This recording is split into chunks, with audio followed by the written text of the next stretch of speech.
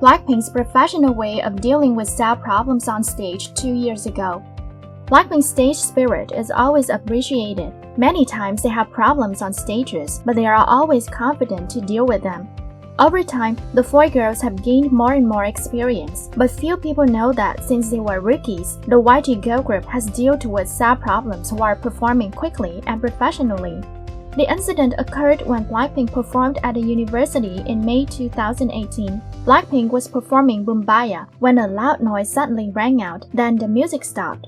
In the fan cam, Lisa looked bewildered for a moment and then laughed, Jennie was startled, and Jisoo quickly made a joke to reassure audiences. Blackpink tried to wait a few seconds but then realized that the problem did not seem to be fixed quickly. Immediately, the girls decided to sing without background music. Rosé also asked the audience to harmonize with the group and got enthusiastic responses.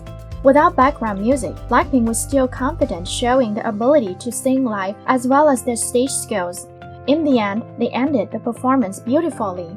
Blackpink was praised by netizens for their professional and intelligent attitude. Up to now, this is still a remarkable stage troubleshooting of Blackpink.